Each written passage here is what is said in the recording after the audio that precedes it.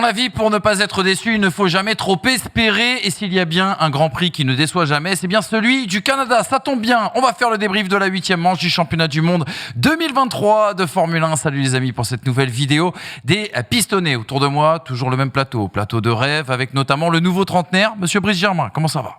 Ça va. Comment tu vis les choses ? Plus posément, plus aisément, plus ASMR, tu vois.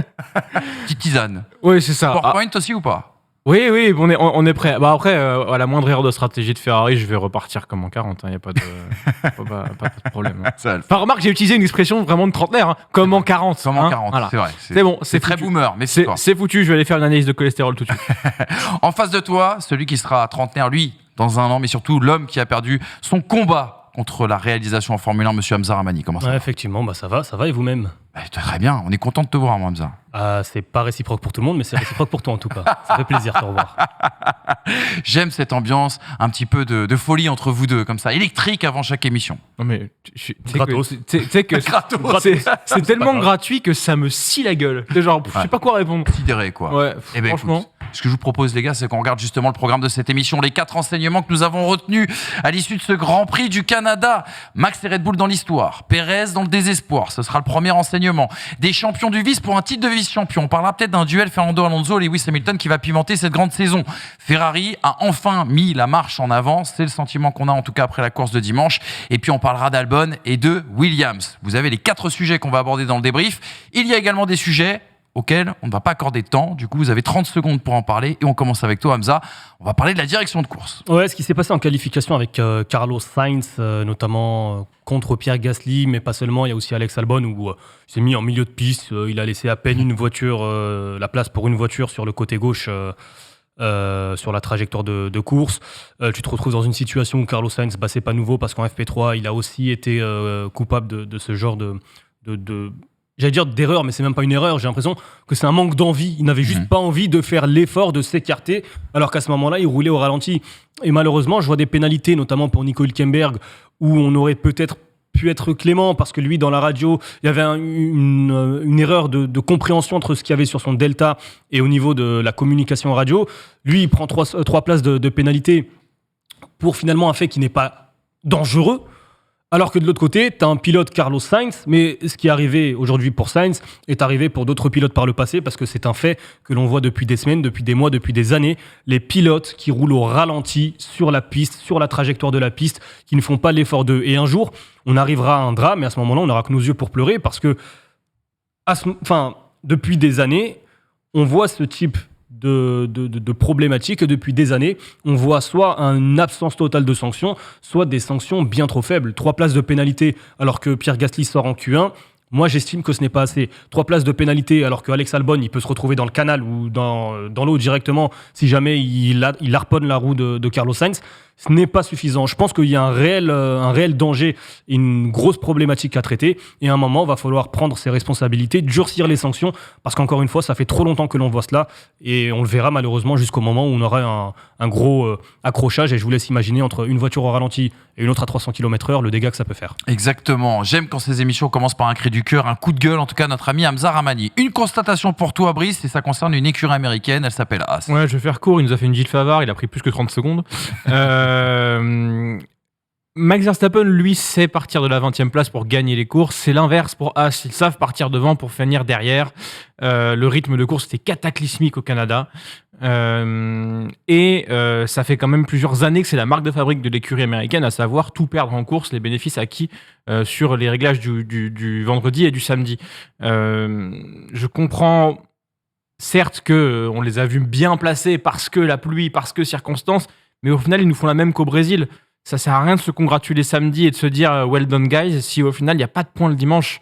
Et bon, le symbole un peu de tout ça, c'est qu'au final, une écurie qui a moins fait de bruit, à savoir Williams, marque de très gros points quand Haas n'en marque pas. Et je pense qu'il va falloir très sérieusement se pencher sur ce rythme de course, quitte à sacrifier la qualification, parce que pour le coup, le niveau affiché par Nico Hülkenberg en début de course et ce train DRS qu'il a formé jusqu'à la dernière place quasiment, je crois que c'était jusqu'au 17e, montre que cette voiture ne performe absolument pas en course en tout cas au Canada, mais c'est quand même quelque chose qui est récurrent depuis plusieurs années. Et les points se mettent le dimanche, pas le samedi. Donc j'espère qu'ils vont faire quelque chose parce que, encore une fois, c'est inutile de faire des Q3 s'il n'y a rien qui vient le dimanche. Sachant que Nico Hülkenberg s'est arrêté le tour avant la safety car provoquée par la. Dans tous les cas, son rythme était cata. Il finissait pas dans les points. Il n'a pas aidé, non. N'a pas été aidé par cela en plus. Non. Les gars, 30 secondes, on a largement explosé le temps. Je propose tout de suite qu'on rentre justement dans le débat et qu'on aborde les 4 enseignements.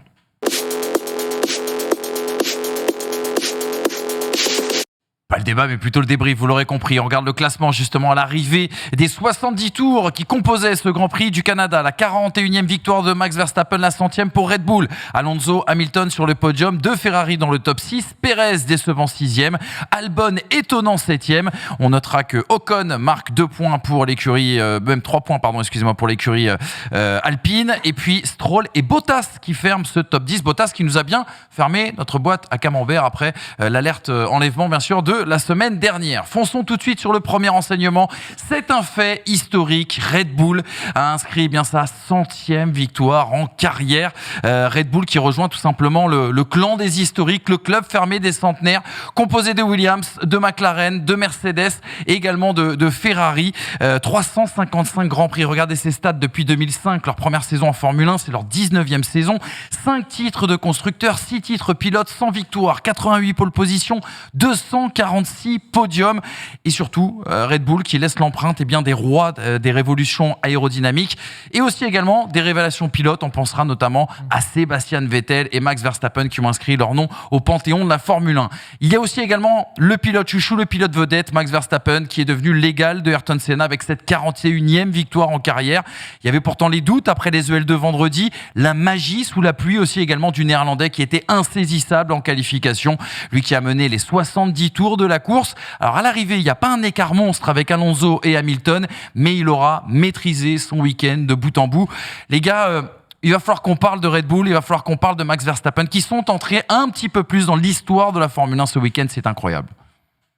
C'est statistique ce week-end, pas plus que ça. Ce qui est fort, c'est que ça arrive sur le même week-end que Max Verstappen égale Ayrton Senna, même si le côté égalé Ayrton Senna revient quand même à nier le fait que la fiabilité à l'époque était bien moindre, qu'il y avait moins de Grands Prix. Donc au final, est-ce que vraiment 41 et 41, ça vaut la même chose? Je ne sais pas, mais en tout cas, statistiquement, il y est. Plus d'adversité, on a le droit de se poser la question quand même. C'est vrai aussi. Au niveau de Red Bull, moi, c'est ça que j'ai envie de retenir. C'est la 100e victoire de Red Bull, parce qu'on a tellement ces dernières années vu la domination Mercedes qu'on a omis la possibilité que cette écurie qui avait tout rappelé pendant 4 ans revienne. Et au final, quand tu fais un bilan un peu plus avec du recul sur ces 18 ans en F1, 28% de victoire, il n'y a que Mercedes qui fait mieux. Mais Mercedes, ils font mieux pourquoi? Parce qu'ils sont là depuis 2010. Ils n'ont pas 5 années de construction comme ont eu Red Bull.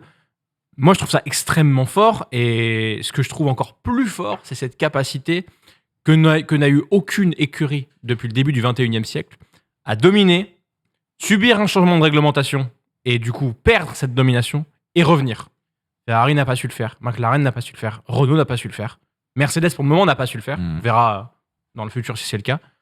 Red Bull a su le faire. Ils ont dominé 4 ans, 4 et demi si on compte la deuxième partie de saison 2009.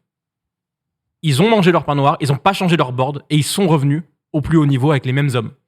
Et ça, je trouve que c'est la plus grosse réussite de Red Bull, c'est avoir su être résilient et revenir avec des stats incroyables aujourd'hui qui font que ça rentre dans l'histoire de la Formule 1 dans les 5 écuries les plus victorieuses. C'est mérité. Hamza, est-ce que tu es d'accord pour dire que Red Bull, c'est peut-être la marque, l'écurie qui a le plus marqué, en tout cas ce début de 21e siècle? Les mots sont forts, mais... Pour une marque qui vend des canettes, c'est quand même fou. C'est quand même pas mal en Formule 1. Effectivement, on est obligé de vendre des pulls, il faut toujours le rappeler aussi. On est obligé de le concéder. Sans victoire, effectivement, il y a beaucoup plus de Grands Prix, donc c'est peut-être plus facile à réaliser maintenant, de la même manière que ce qu'a fait Mercedes finalement. Mais moi, je suis impressionné sur la stat que tu as donnée sur le nombre de Grands Prix, c'est le nombre de podiums, où on est à plus de 75%, quasiment 2 sur 3. Après, il y a des doubles podiums. Hein. Faut aussi le rappeler. Ouais, mais il faut quand même les faire. Ils ont eu des pilotes. À un moment, il y a eu Gasly, ça n'a pas marché. Il y a eu Albon, ça n'a pas marché. Ils ont quand même eu cette tendance à réussir par moment à mettre les 2 bons pilotes ensemble pour aller chercher des des résultats. On se souvient du duo Sébastien Vettel-Mark Webber. Alors, certains vont dire qu'il y a eu un favoritisme assez prononcé Tu crois pour Sébastien Vettel. Mais encore une fois, ce qu'a fait Red Bull sur ces 15 dernières années, on est obligé de s'incliner. Chapeau, parce qu'ils ont des hommes de l'ombre, mine de rien, parce que ce ne sont pas eux que l'on voit sur la piste, mais qui ont révolutionné la Formule 1 actuelle, qui ont révolutionné la Formule 1 dans les années 90, qui a plutôt révolutionné, je pense à Adrian Newey. Et tu te retrouves dans une situation aujourd'hui où tu as une écurie dominante.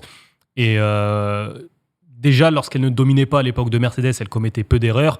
Mais alors désormais, c'est une écurie qui semble aujourd'hui inarrêtable. Et puis ils n'ont jamais été plus loin que 3e force du championnat depuis 2010. C'est-à-dire que même quand ils sont tombés, on a vu à certains moments que Williams était meilleur en 2014-2015, on a eu la période Ferrari 2017-2018.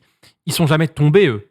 McLaren est tombé, Ferrari est tombé, eux ont toujours été à la lutte. Après, pas forcément avec une voiture avec la capacité de jouer la gagne, mais toujours à la lutte, dû notamment au dessin d'Adrian Newey, parce que c'était très souvent dû à la fiabilité de la monoplace, plus à un déficit de performance moteur, un petit peu que En fait, à chaque Red Grand Bull avait. Prix, depuis 15 ans, le minimum, c'est Top 5. podium. On peut se dire qu'à la régulière, Oui. ils peuvent aller jouer le podium. Ouais. Complètement. Voilà. Après, quand il y a des circonstances de course comme Verstappen 2016, l'accrochage Rosberg-Hamilton, ils vont chercher la D'ailleurs, victoire. Mais à la régulière, on se dit toujours, c'est pas fou d'imaginer une Red Bull sur le podium. D'ailleurs, petit quiz.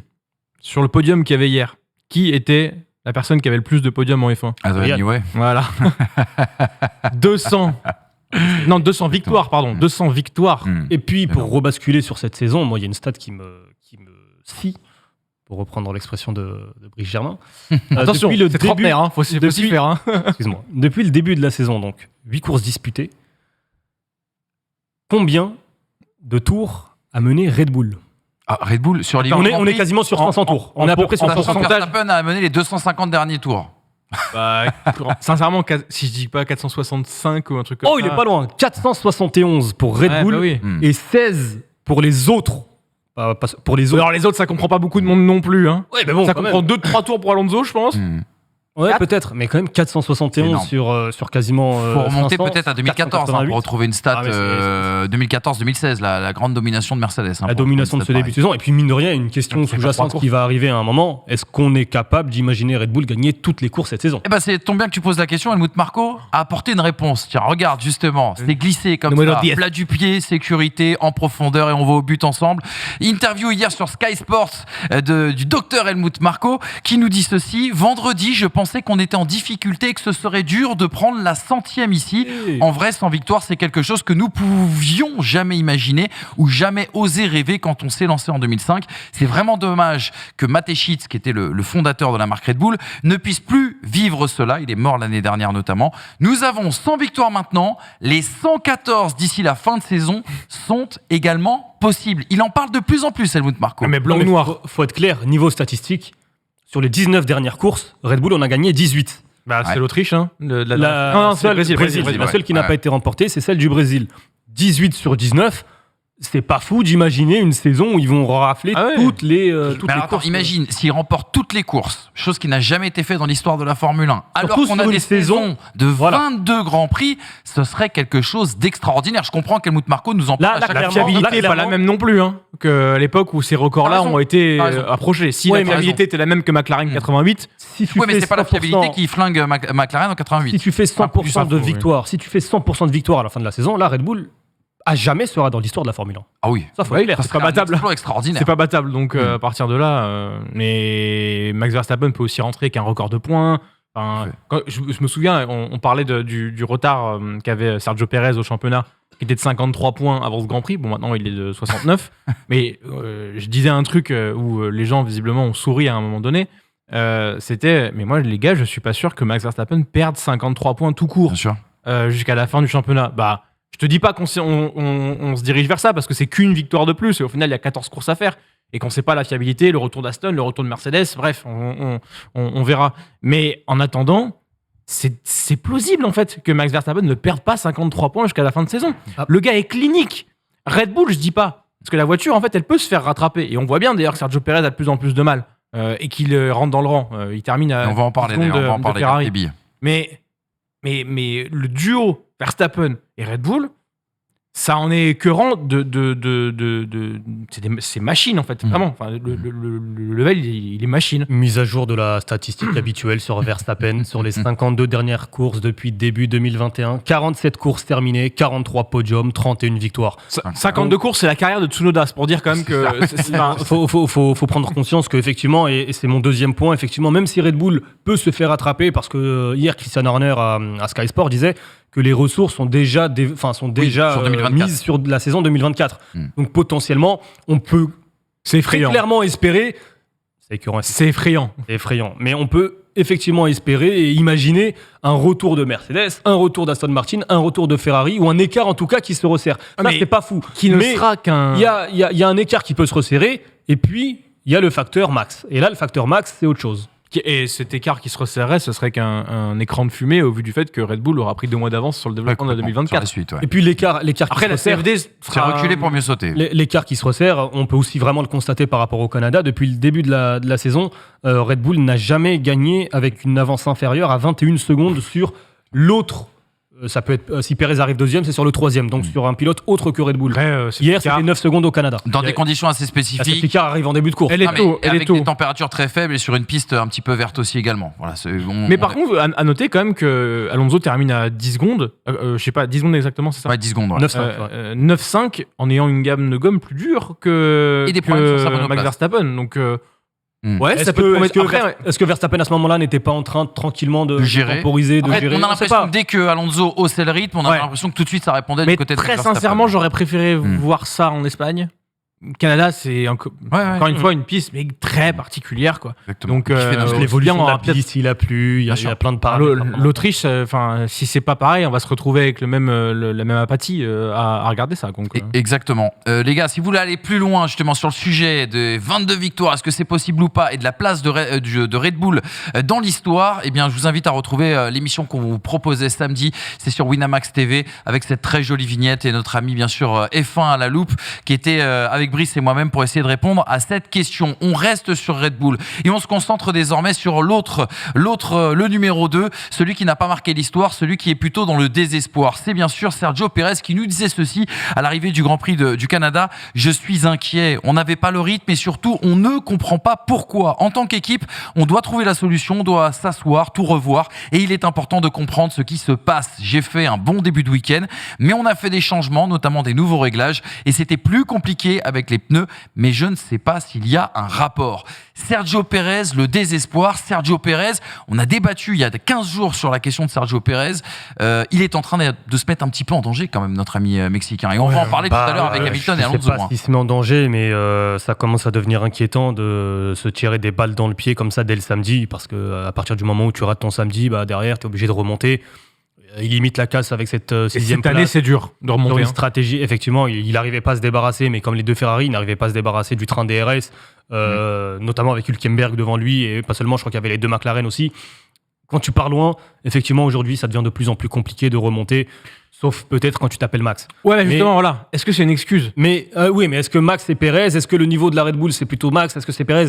T'as le même matériel que le mec qui fait P14 à P1, hein. Oui, le même matériel. On en parlera. J'écoute la communication Red Bull, mais Pierre Vacher l'explique très bien hier sur Canal+ dans Formula One. Il explique que les deux pilotes n'ont pas les mêmes caractéristiques de pilotage et il laisse entendre que cette Red Bull est quand même un développée petit peu... vers Max. Oui, voilà. Oui. Enfin, il le dit pas, mais il le laisse comprendre. On lit entre les lignes. Il fuit tellement la question. Voilà. Oui. Moi, ce qui m'inquiète un petit peu pour Checo, c'est que 3e élimination consécutive avant la Q3 et quand tu es une voiture dominante, ce que tu attends d'un numéro 2, c'est qu'il performe en qualification et qu'il ramène les gros points en course, les points, j'allais dire intermédiaires, mais c'est même pas des points intermédiaires, c'est gagner, tu le dis souvent, gagner lorsque le numéro 1 n'est pas là et terminer 2e lorsque le numéro 1 est là. Et là, je me souviens d'une stat de Bottas où il avait dépassé la barre des 100 courses, je ne sais plus combien exactement, il a fini à 100 ou 105 qualifications en Q3 consécutives à l'époque où il était chez Mercedes.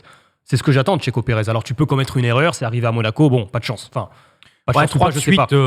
3, ça commence à faire beaucoup. Là, effectivement, il y a des circonstances.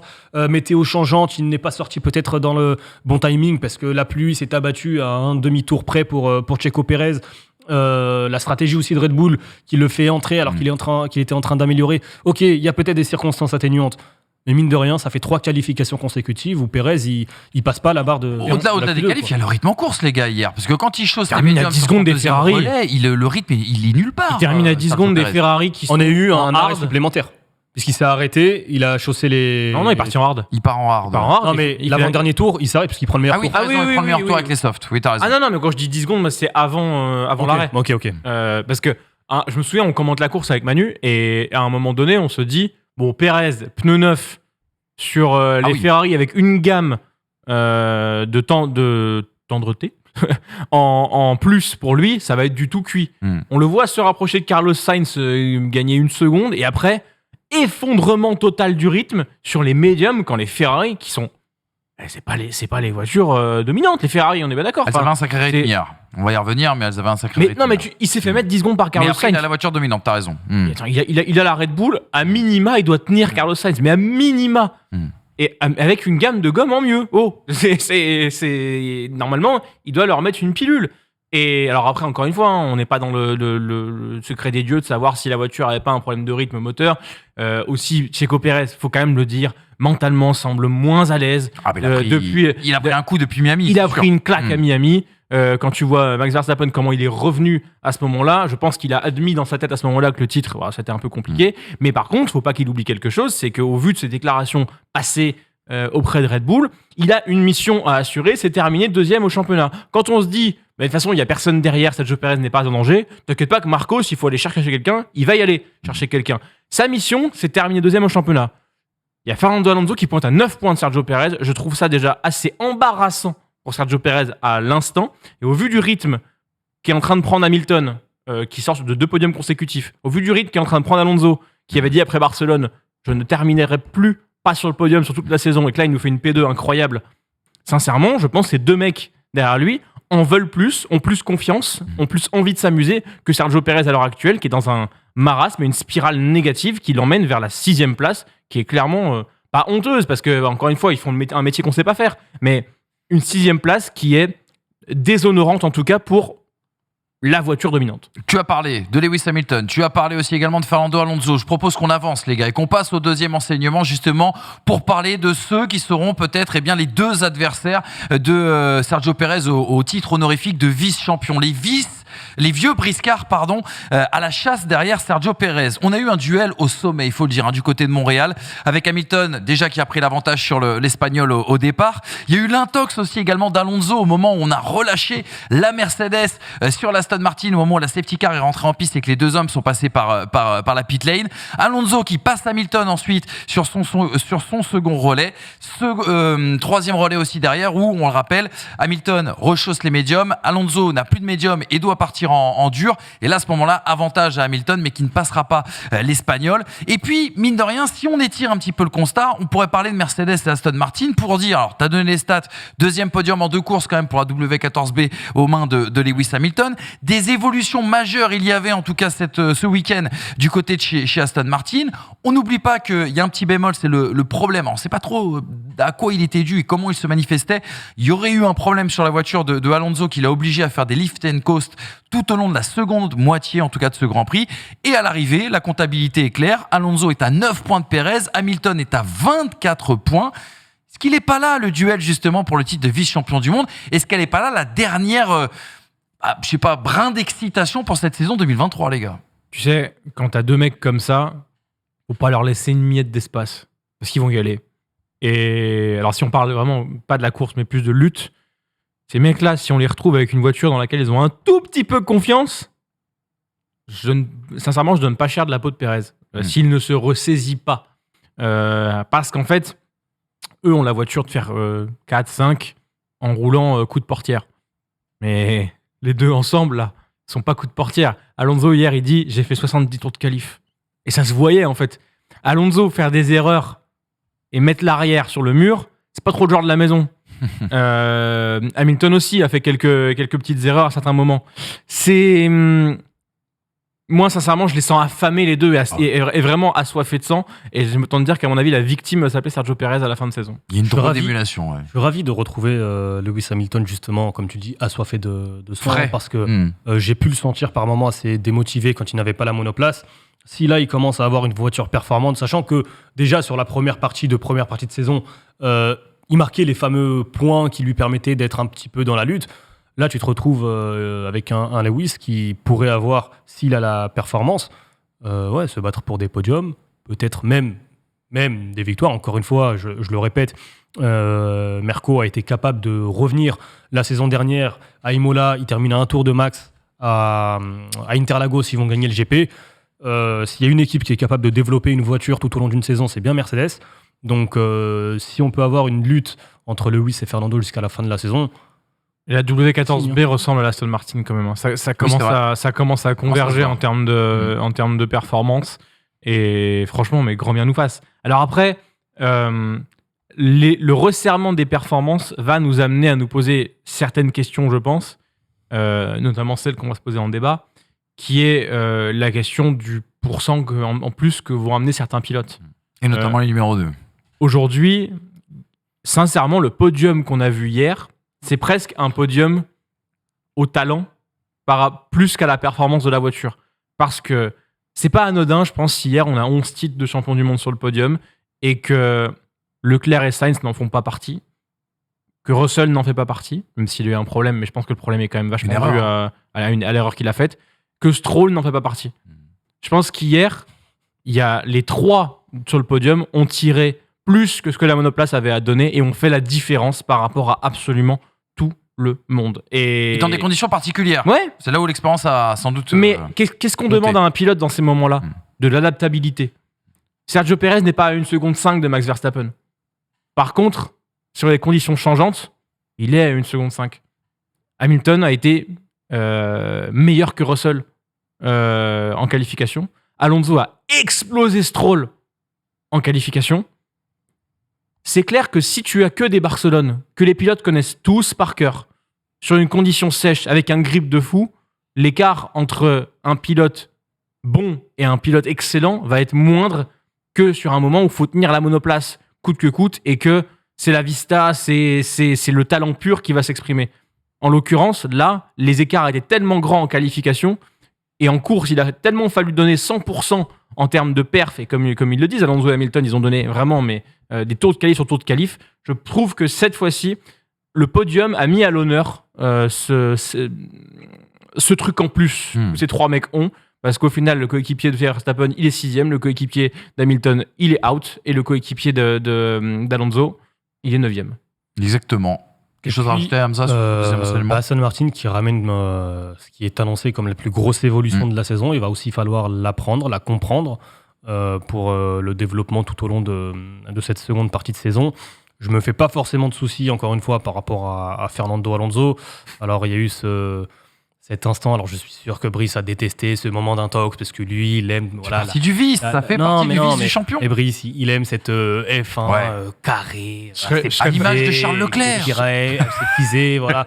Moi, voilà, donc là, vous jouez en double, c'est ça ? Le Toto Wolff. Vous prenez les couloirs pour les services ou le Toto Wolff qui arrive et qui fait... Voilà, c'est ce qu'on aime, hein, un peu de clownerie parfois, ça fait un peu de bien à... C'est toi qui dis ça. Mais oui, mais il faut qu'il y ait de l'humain, Je t'invite à regarder la première émission des pistonnés avec son balai dans le fion. Et tu te retrouves dans une situation où voilà, il y a des petits coups de vis, mais comme tu le dis, c'est le titre champion du vice. Voilà, c'est Hamilton face à Alonso.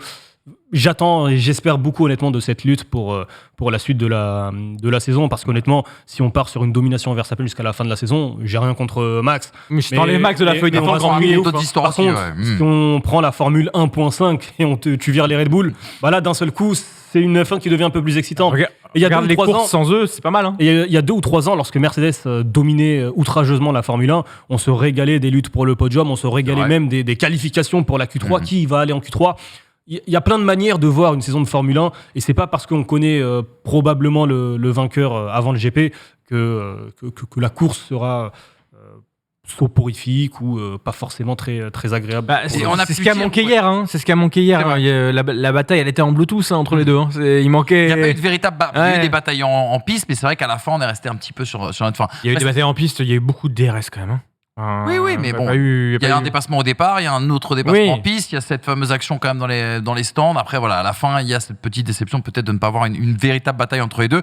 ça fait tellement longtemps qu'on attend aussi une bagarre entre Hamilton et Alonso. On l'avait dit ces dernières années, on était restés sur notre faim après cette saison 2007. On était presque déçus de ne pas les avoir vus lutter plus tard pour un titre réellement. Là, on pourrait se régaler cette année. Tu ne l'as pas signalé, mais Fernando Alonso dépasse Kimi Raikkonen au nombre de podiums. Oui, c'est vrai. J'aimerais avoir la réaction de Brice Germain. raison. Voilà, juste pour... Il y en a un qui a décidé d'avoir des gosses, l'autre qui a décidé de mourir dans son baquet. Donc, c'est plutôt pas mal. Et il est parti autant de temps. Hein. Il est parti 2 ans comme Kimi. comme Donc, Non, mais il est passionnant depuis le début de la saison. C'est 15 points par GP, sauf Barcelone. Du coup, la régularité. C'était pas Alfa Romeo qui allait filer ça à Kimi, c'est sûr.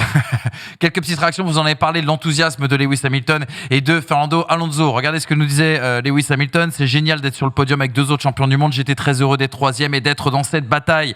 Mais malheureusement, on n'avait pas le rythme pour les battre aujourd'hui. On savait que ce ne serait pas notre meilleur week-end car on n'est pas rapide dans les virages lents. Voilà les progrès attendus, en tout cas du côté de chez Mercedes. Autre réaction, Fernando Alonso, vous l'avez dit tout à l'heure. Je pense qu'on s'attendait davantage à défier les Red Bull, mais j'ai perdu une place face à Lewis au départ et j'ai dû me battre avec les Mercedes. Lewis a poussé toute la course et je n'ai pas eu un tour durant lequel j'ai pu me détendre. C'était une bataille, bien évidemment, incroyable.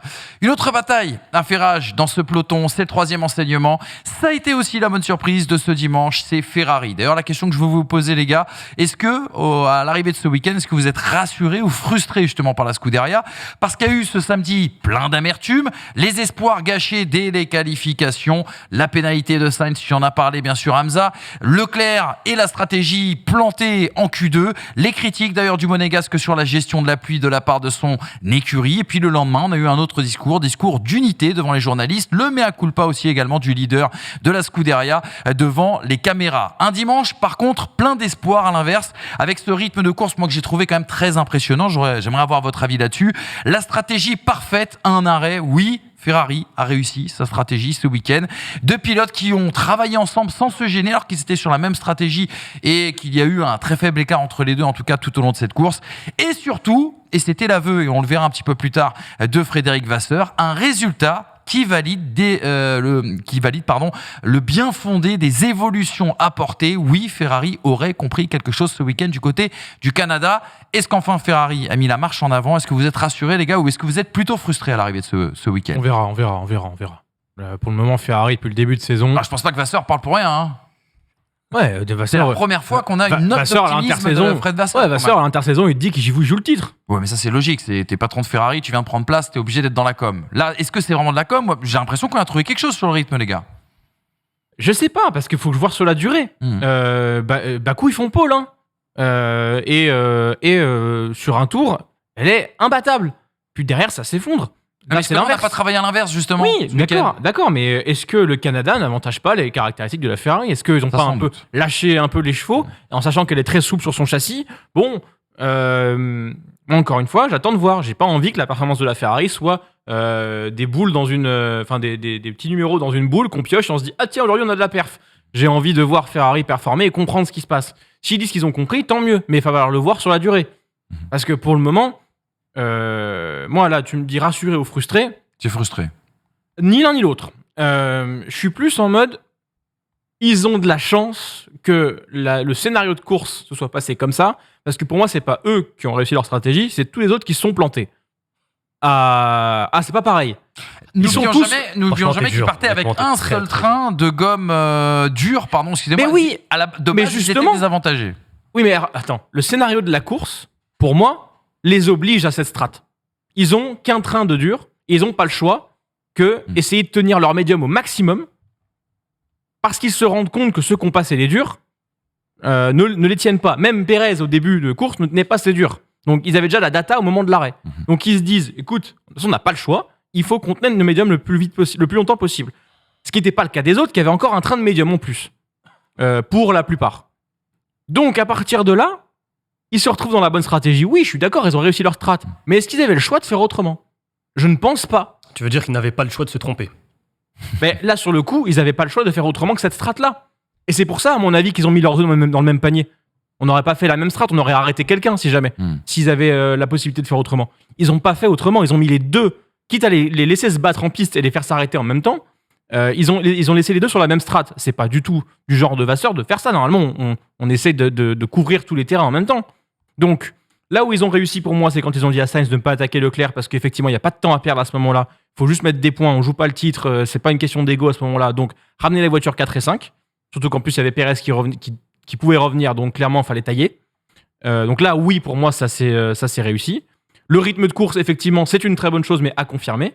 Et en ce qui concerne la stratégie, oui, ils ont réussi leur strat. Mais encore une fois, je ne suis pas sûr que le panel de stratégies proposées par rapport aux pneumatiques qu'il leur restait leur offrait la possibilité de trop se gourer. Est-ce qu'il n'est pas un peu pisse-froid, Brice Hamza, sur ce coup? Non, je peux comprendre, effectivement, parce qu'il s'agit de Ferrari, sa prudence, son extrême prudence peut-être. Moi, j'ai envie de leur accorder le bénéfice du doute sur l'aspect stratégique.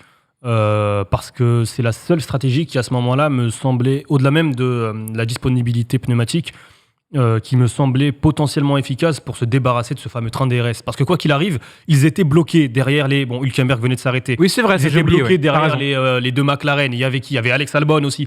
Ils n'arrivaient pas à dépasser. C'est vrai. Train DRS Canada, c'est impossible. Peu importe la performance de la voiture, tu ne peux pas dépasser. Et comme par hasard, alors Pérez, tu vas me dire, il était en dur, c'est vrai. Mais comme par hasard, ce sont les voitures qui ont un bien meilleur potentiel, qui sont restées en piste pour justement se débarrasser de ce train DRS, en espérant des circonstances ensuite favorables, ça veut dire pas de voiture de sécurité, qui ensuite leur permet, aussi bien à Checo Pérez qu'à Leclerc et Sainz, de justement créer un écart suffisant pour ensuite s'arrêter et rester sur la stratégie à un arrêt.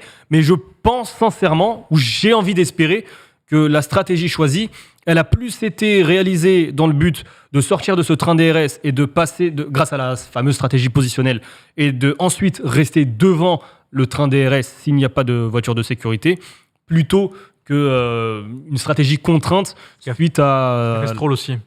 Stroll, à un moment donné, s'est sorti de ce train-là et pour au final remonter, il a eu linéaire. Non, là-dessus, t'as ton rythme. Tu sais que tu as un meilleur rythme que les autres voitures. Tu tournes 1 seconde plus vite, peut-être 1 seconde et demie plus vite ou 5 dixièmes, peu importe. Mais tu sais que tu tournes plus vite que les autres.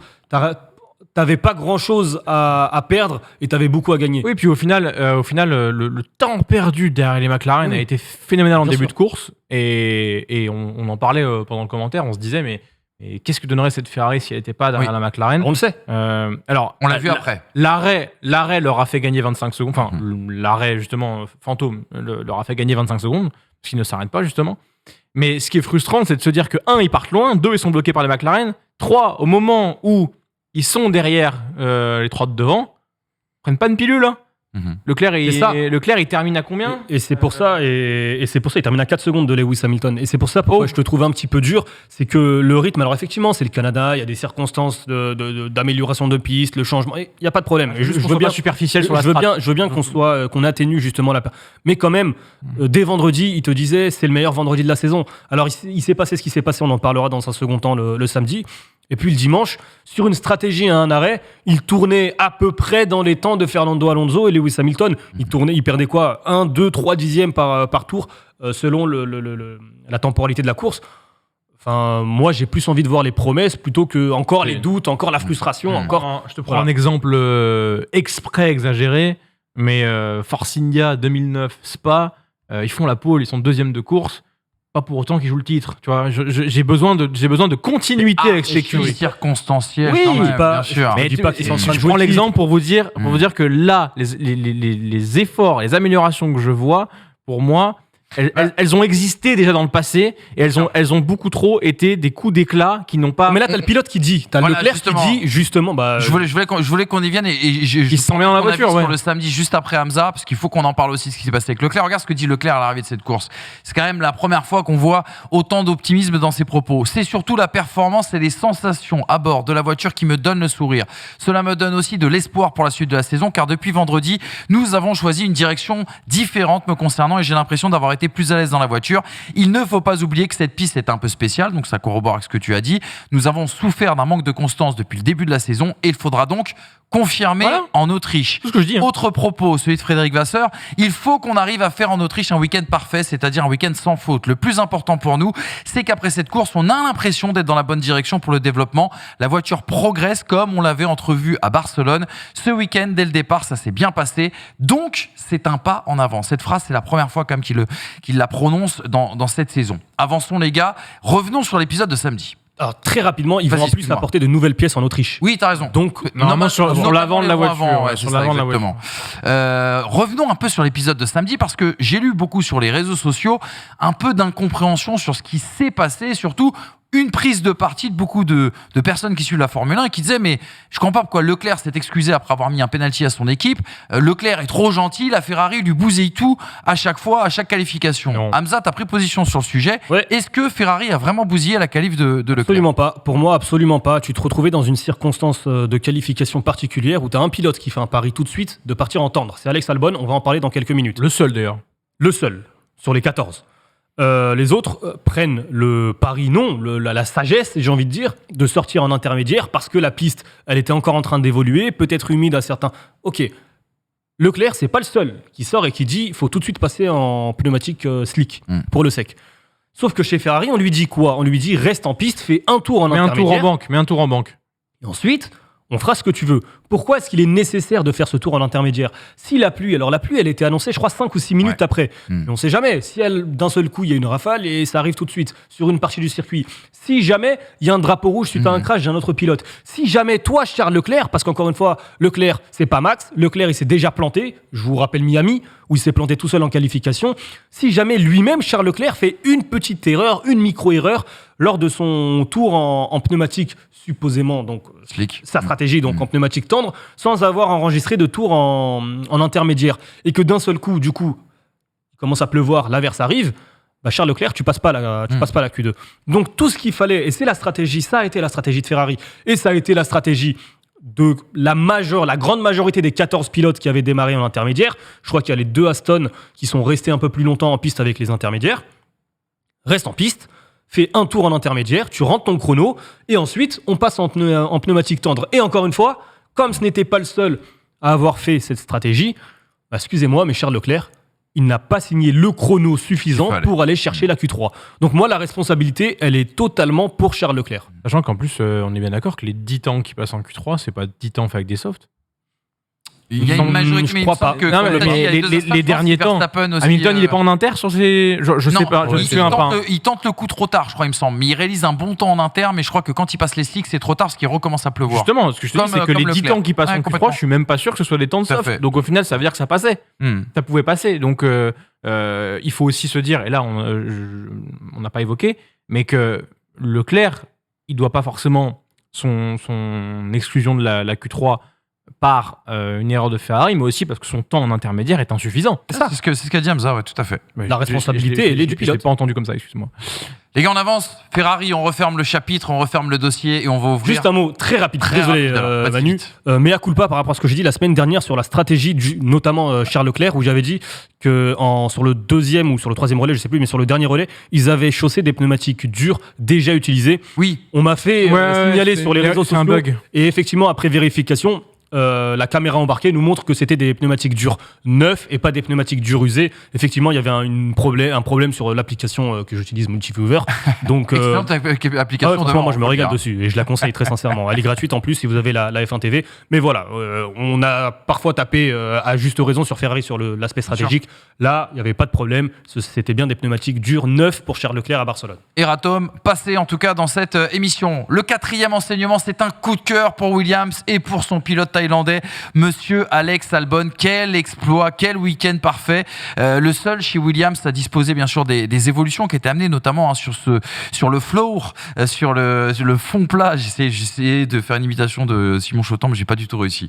Une vitesse de pointe décisive aussi également sur cette FW45 qui a été assez impressionnante et Esteban Ocon en parlait à l'arrivée de cette course. La démonstration aussi également samedi, sous la pluie en qualification. Il rentre pour la deuxième fois en tout cas de sa saison en Q3. Lui qui a réalisé une stratégie à un arrêt aussi également récompensé et avec des dépassements assez solides également pendant la course. Est-ce qu'il n'est pas en train de rentrer aussi également dans notre cœur ce Alex Albon? On a l'impression de le voir libéré de la pression de Red Bull. On a l'impression de voir une personnalité aussi également un petit peu plus affirmée que ce fut le cas par le passé. On n'oubliera pas non plus, et c'était l'un des enjeux de son arrivée chez Williams, on disait, pas facile de passer après George Russell. Il est plutôt convaincant dans ce rôle de leader, en tout cas du côté de chez Williams. Lui qui permet quand même à son équipe de repasser à la 9e place des constructeurs, juste devant Alpha Tauri. Coup de cœur pour Albon, coup de cœur pour Williams. Je peux pas vous entendre dire autre chose aujourd'hui, les gars. J'ai toujours une affection particulière pour cette écurie qui a marqué l'histoire de la Formule 1. J'ai été encore une fois bluffé par Alexander Albon, par la stratégie employée, cette fameuse stratégie à un arrêt avec un très très très long relais. C'est pas la première fois qu'Alex Albon le réalise. Moi je me souviens, alors c'est pas la seule fois, mais Australie 2022 où il avait fait 57 des 58 tours en pneumatique dure. C'est la spéciale Albon, j'ai envie de te dire. Il est capable de maintenir ses pneumatiques en température et en performance. Certainement aussi aidé par la philosophie Williams d'avoir une voiture rapide en ligne droite. Alors c'est une voiture qui effectivement sur les circuits à fort appui, elle est nulle part. Sur les virages, elle est peut-être pas agréable à piloter, mais effectivement c'est une voiture qui est très très très difficile, pour ne pas dire impossible à dépasser, même avec le DRS, même sur une longue ligne droite comme celle de Montréal. Ocon l'a vu. Ouais, et c'est pas le seul. George Russell, pareil. Avec la Mercedes, George Russell, avant son abandon, n'a pas réussi à passer Alex Albon. Sur la première partie de course, ils sont pleins. Il y avait les McLaren, il y avait les Ferrari. Alors, je sais pas si les deux Ferrari étaient derrière. J'ai plus le souvenir du positionnement exact par rapport à Alex Albon. McLaren. Mais ce qu'a réalisé encore une fois Alex Albon. Voilà, moi, le paradoxe dans ce que tu dis, c'est qu'il a une super vitesse de pointe, donc on pourrait penser qu'il a un petit peu moins d'appui, et pourtant il a été excellent sous la pluie. Sous la pluie, tu veux dire ? Oui, sous la pluie, le samedi. Le pari, avec une voiture un peu délestée, quoi. Encore une fois, il y a un pilote qui tente. Voilà, moi j'aime les pilotes qui prennent les paris. Et quand tu vois ce qu'il fait en qualification, il a senti tout de suite que voilà, la piste elle était en train de sécher. Il y aurait 3, 4, 5 minutes de plus entre la fin de la Q1 et le début de la Q2. J'imagine que sur son tour de rentrée en Q1, il était en train de marquer une observation prononcée pour voir s'il était possible. Il a tenté le pari. Si ça marche pas, tu passes pas pour un 0 parce que t'es une Williams et t'es même pas censé arriver déjà en Q3. Là, ça a marché. Franchement, bravo à lui. Le grip est mécanique à Montréal, pas vraiment aérodynamique. Donc en soi, si tu décharges, c'est pas très grave. Tant que ton châssis est bon, en fait, à partir de là, le grip va prendre. Surtout que le circuit est semi-permanent, donc c'est plus simple pour aller chercher ça quand tu décharges à Montréal. Parenthèse faite. Williams, moi j'aimerais rendre hommage à quelqu'un qui est plus là, mais qui a, mine de rien, apporté cette philosophie à Williams et qui performe depuis le moment où ils étaient au fond du trou. Le moment où on a failli le noter F2 sur 20 eux aussi à l'époque. C'est Jost Capito qui était arrivé et nous avait dit « Attendez, ça sert à quoi d'être 12e partout ? Vaut mieux être 8e une fois, ou 2 fois ou 3 fois, plutôt que et 20e le reste du temps. Mais alors par contre, quand il faut être 8e ou 7e, il va falloir les mettre les points. Et en gros, tout miser sur les atouts de la Williams. Et au final, ce qu'ils ont fait ce week-end, fallait absolument pas se rater, fallait être focus absolument sur la course d'Alex Albon. Alex Albon a fait une course merveilleuse en termes de gestion pneumatique, puisque à la radio, quand on lui dit qu'il va falloir qu'il aille au bout, avec ces pneus-là, qu'on lui dit qu'il reste 30 tours, il fait quoi ? Pardon. Et au final, il les tient. Il les tient avec un rythme en plus qui est excellent et avec une voiture qui est capable de se défendre puisque du coup, elle est impassable en ligne droite. Donc, il a les atouts côté écurie pour faire le taf et derrière, lui, a été vraiment excellentissime dans sa gestion de course. C'est un pilote qui, du coup, dans ce genre de course, c'est des courses qui sont à maturité. Et là, en l'occurrence, Alexander Albon a fait un travail qui est exceptionnel. Est-ce qu'il est ancré dans nos cœurs ? J'ai envie de te dire, comme tous les mecs qui se font virer par Helmut Marko et qui, à un moment donné, et qui à un moment donné rebondissent. Ouais. Donc, oui, en soi. Mais Alex Albon, il avait quand même prouvé des choses chez Red Bull. On se souvient que son premier podium, enfin, ses podiums, ils sont à chaque fois brisés par Lewis Hamilton qui décide de lui taper l'arrière en Autriche et au Brésil en fin de course. Donc, non, le talent d'Alex Albon, on l'avait déjà vu. Par contre, qu'il réussissent à faire pas oublier, mais qui réussissent à tenir la dragée haute au niveau qu'avait réussi à apporter Russell. Ça, c'est une chez Williams surprise quand même. Hein. Oui, parce que la communication qu'on a eue autour de George Russell, c'est le crack ultime et tout, on n'a pas eu la même pour Albon. Et quand on a vu Albon débarquer, on s'est dit, ça va être dur de monter dans ce baquet-là. Franchement, il n'a pas à rougir. Hein. Alors, c'est pas tout le temps merveilleux, hein, mais je trouve qu'il a pas à rougir, en tout cas sur les bonnes perfs de Williams. Et il avait des nouveautés sur sa voiture que n'avait pas son coéquipier, Logan Sargent. Il avait suspension arrière, ponton et fond plat. Justement, il y a son coéquipier. Du coup, j'arrive pas à savoir là aussi, comme pour plein d'écuries, où se situe le réel niveau de Williams? Est-ce que c'est le niveau d'Albon? Est-ce que c'est un peu entre les deux, mais plus Albon? Est-ce que c'est Sargent et du coup Albon? Je suis pas sûr que ce soit cette option, mais voilà, en qualif aujourd'hui c'est 8-0. Ouais. C'est le seul qui, je crois, met une bulle à son coéquipier. En course, il n'y a pas vraiment photo. Alors aujourd'hui, je crois qu'il allait chercher Alonso. En l'occurrence. Oui, à Barcelone. Ah ouais. Il y avait un problème. Oui, t'as raison. Oui, bien sûr. Ouais, j'avais oublié. La voiture de Fernando Alonso, de Fernand. Donc, non, mais franchement, je suis bluffé par Alex Albon. Et la question, moi, que j'ai envie de poser, mais on en parlera un autre jour, c'est quoi la suite pour Alex Albon? Ça tombe bien, il y a un certain Mexicain qui est pas dans une bonne forme. Il est encore sous contrat Red Bull, Alex, ou pas? Alors, il me semble que Red Bull garde ses droits sur Alex Albon. Que à l'époque, c'était Red Bull qui avait négocié avec Williams, puisque ça avait mis en colère Toto Wolff, qui est par le biais de Mercedes et fournisseur moteur. Pas le même genre de contrat qu'Esteban Ocon au niveau de peut-être quand ils l'ont passé chez Renault. Un petit peu comme ça. Je crois qu'il garde les logos Red Bull sur son casque. Je sais pas si c'était toujours le cas, mais il me semble que c'était le cas l'année dernière notamment. Oui, l'année dernière, oui, mais je sais pas si ça durait pas un an et qu'au final il a été libéré. On va se renseigner, mais ça peut être en effet une piste pour Red Bull. Enfin, le remettre à côté de Terminator, ça peut être aussi un petit peu compliqué. La tête de Gasly, ça arrive. On verra ça, tout ça, les amis. Fin de ces 4 enseignements, je propose qu'on fasse le point très rapidement, le point comptable sur les classements. Classement pilote, 69 points d'écart désormais entre Verstappen et Sergio Pérez. Pérez qui voit l'ombre d'Alonso se rapprocher avec les 9 petits points d'écart. Et puis Lewis Hamilton qui pointe désormais à 24 points aussi également du Mexicain. Red Bull qui a le double de points de Mercedes. Ce qui nous intéresse, c'est la lutte Mercedes-Aston Ferrari. Mine de rien, il va se passer des choses, ça va être bien. Alpine est dans un no man's land. On peut noter que Max Verstappen a plus de points que Mercedes, a plus de points qu'Aston Martin, a plus de points. C'est un début de saison réussi. Et il va certainement taper le record de points, je pense. Les gars, je veux qu'on prenne 2 minutes très rapidement parce que, mine de rien, il y avait un Grand Prix ce week-end du côté du Canada. Grand Prix francophone. Grand Prix, on peut le dire aux gens qui nous regardent, on a travaillé ces dernières semaines et derniers mois pour pouvoir y aller, faire un petit peu ce qu'on avait fait du côté du Castellet. La logistique nous a empêchés, les décisions sont arrivées très tard, mais... Pour rien vous cacher, vendredi, j'étais avec l'un des promoteurs de ce Grand Prix qui me disait que justement pour 2024, on aura peut-être l'occasion d'aller au Québec, d'aller au Canada. Destination complètement folle. Destination où est allé notre ami Lucas par les fins. La question qu'on a envie de poser à Lucas, qui était au circuit Gilles Villeneuve tout au long de ce week-end. Qu'est-ce que ça fait d'être un Français au Grand Prix du Canada? Parle-nous, mon cher Lucas, en tout cas, de cette belle expérience. Salut les gars, j'espère que tout roule pour vous à Paris, en direct du circuit Gilles Villeneuve pour le Grand Prix du Canada 2023. Manu, pour répondre à ta question, c'est vraiment un événement de ouf. Le Grand Prix du Canada, c'est un événement hyper festif où il y a une énorme ambiance. Les Québécois, ils adorent la F1. C'est le plus gros événement en fait de la ville de Montréal à l'année et je pense que c'est aussi un des plus gros événements du Canada. Tout est cool parce que tout est simple. Tu viens à pied, tu viens à vélo, tu viens en métro. Il y a une station qui est sur l'île d'à côté, donc c'est hyper pratique. La ville de Montréal change complètement quand il y a cet événement-là. Les restos ouvrent des terrasses énormes, les rues deviennent piétonnes, il y a énormément de soirées. On peut faire ce qu'on veut quand on parle que français ici. C'est hyper accessible, c'est hyper facile.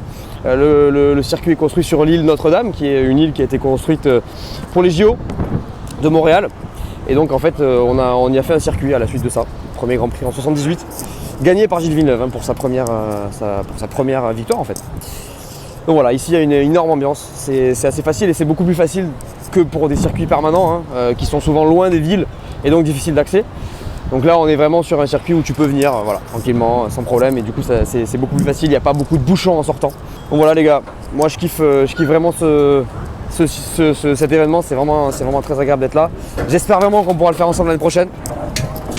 Et voilà quoi. La bise. La bise, mon Lucas, on espère aussi, 2024, être au Québec, parce qu'il y a beaucoup de gens qui nous regardent aussi depuis le Québec. On a envie d'aller à la rencontre de ce public québécois. Et on parlera d'un des leurs ce mercredi. Exactement, c'est un bon teasing, merci. Décidément, c'est un numéro 10, un 10 de grande qualité Iniesta, aujourd'hui, parce que regardez, hop, il vous l'a servi sur un plateau. Le programme de l'émission de mercredi, le débat, Lance Stroll, est-ce qu'il peut être déshérité par Lawrence le papa? On tirera le bilan, parce que ça fait quand même c'est sa 7e saison à Lance Stroll. On se posera la question de savoir est-ce qu'il peut coûter cher à Aston cette saison et surtout peut-il être menacé son baquet à la fin de cet exercice 2023. Et puis Margot sera avec nous pour nous parler MotoGP. On parlera de Honda et de Marquez, les amis. Dossier brûlant. On a hâte d'avoir Margot avec nous. Merci Hamza, merci Brice pour ce très très beau débrief. Et on se quitte avec les meilleurs moments du Grand Prix du Canada qui est à vivre en direct bien sûr hier sur Winamax. Salut les amis, à mercredi. De bon envol de Max Verstappen, l'excellent envol en effet de Lewis Hamilton qui fait l'intérieur sur Fernando Alonso. Verstappen a tapé un oiseau. Tiens, ça c'est étonnant. Ouais. Est-ce que ça peut... prions pour l'oiseau déjà. Oui, alors déjà oui, tu as raison. Donc, George Russell a tapé. George Russell a tapé et il a tapé fort. Safety car. Et oui, il y en a plein partout. Verstappen, Hamilton, Alonso sont arrêtés, ont mis les hards. Par contre, les deux Ferrari et Perez, on les a laissés en piste. Est-ce qu'on a bien fait de laisser les Ferrari en piste ? Peut-être que oui, pour essayer de récupérer justement un peu de rythme, étant donné qu'on était bloqué derrière les McLaren. En attendant, il y aura toujours un arrêt à faire pour les Ferrari. Mais attention, Fernando Alonso, cette fois-ci, il a DRS. Oh, cette fois-ci, il va passer à l'intérieur, juste avant l'entrée à la chicane. Magnifique, le pilote espagnol qui prend la deuxième place. Attention, la contre-attaque peut-être de Lewis Hamilton au premier virage. C'est ça le problème de ce circuit, c'est qu'il n'a pas le DRS, Hamilton. Oh, attention, ils sont partis dans l'échappatoire. Ils sont partis où? Ils sont partis dans l'échappatoire. Là, c'est l'AlphaTauri. Moi qui pilote un petit peu, cette situation-là, je la connais. C'est tu regardes la monoplace du mec à ta droite et tu vois pas le virage. Et tu te dis, je vais freiner au moment où il freine. Ouais. C'est-à-dire que je freine au moment où je le vois freiner. Sauf qu'en fait, si tu fais ça, il y a un moment donné où si les deux font ça, ça finit dans le mur. C'est ça. On freine toujours trop tard. Mais oui, Magnus, nous sommes le 18 juin 2023 et Ferrari a fait une strat qui marche. Pour vous dire à quel point la bagarre est féroce. Secteur 1, Alonso 21-1, Hamilton 21-1. Secteur 2, Alonso 24-2, Hamilton 24-2. Secteur 3, Alonso 30.7, Hamilton 30.9. J'aime autant vous dire, la lutte, même à distance, elle va être folle. Ah ouais, c'est énorme. Jusqu'à la fin. Max Verstappen, vainqueur de ce Grand Prix du Canada devant certainement à 10 secondes Fernando Alonso et Lewis Hamilton. On va attendre les passages, mais Lewis Hamilton devrait compléter ce podium.